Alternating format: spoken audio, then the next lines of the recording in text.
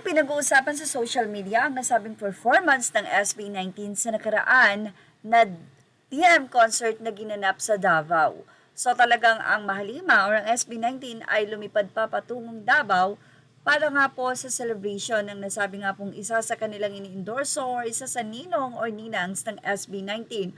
Walang iba kundi ang TM. Siyempre, sabi nga natin, ang SB19 ang pinaka-superstar ng nasabi nga pong concert or ng nasabing event. At isa nga sa pinorform na doon at hinantay ng mga fans ay ang new single nila na Visa. Anyway, isang ang fan ang nagbigay ng kanyang mensahe nang makita niya sa personal ang SB19, especially Stel. Mula kay Farah Tiana Marcelino, sharing my thoughts nung nakita ko yung SB19 or SB19. Grabe si Stel, ang pogi niya.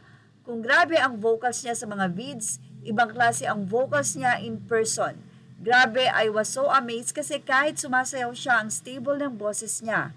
Tapos si Ken, grabe ang pogi niya. Sobrang shock ako nung nag-deep voice siya kasi naririnig ko lang ang boses niya sa mga vids dati, tas ngayon in person na.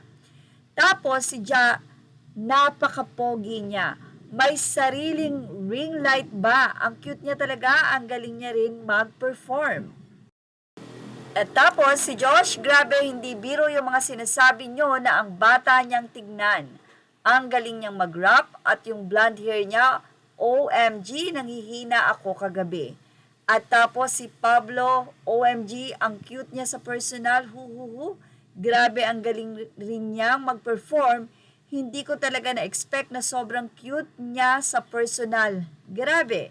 Gets na gets ko talaga kung bakit sinasabihin sila na ang gagaling nila mag-perform kasi kahit sinasayaw nila yung full choreography, ang steady ng boses nila at ngayon grabe ang PCD ko. Gusto kong ma-experience yung ulit huhuhu.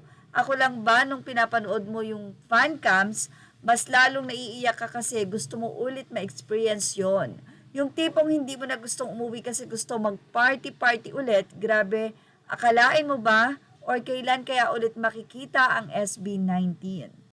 Anyway, iyan po ang isa sa mayroon talaga ang SB19 na tatak. Yon ay ang pagkanta nila ng powerful na live and then yung very energetic nilang move.